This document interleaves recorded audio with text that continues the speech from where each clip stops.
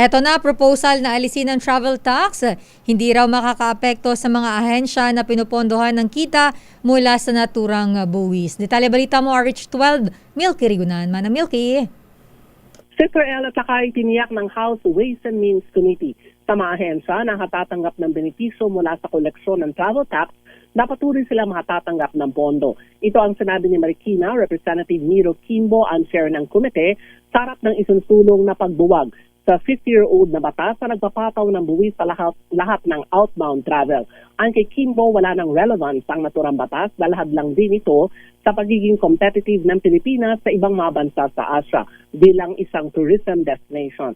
Sa ilalim ng kasalukuyang batas, ang kita mula sa travel tax ay pinaghahatian ng Tourism Infrastructure and Enterprise Zone Authority o CHESA, Commission on Higher Education, National Commission for Culture and the Arts at ang natitirang 10% ay para sa mga infrastructure development, education at heritage preservation. Nilinaw ni Kimbo, hindi papayag ang kumiteng maapektuhan ang naturang mga programa pero merong overall economic benefit kapag tatanggalin ang travel tax dahil mas marami ang gusto ng bumiyahe.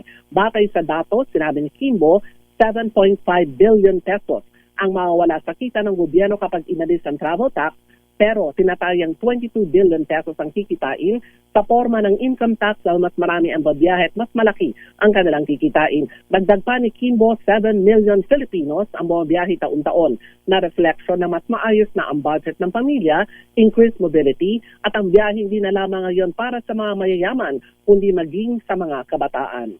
Ako si Nilce Rigunan nagulat para sa DZRH, una sa Pilipinas, una sa Pilipino. Damdamin.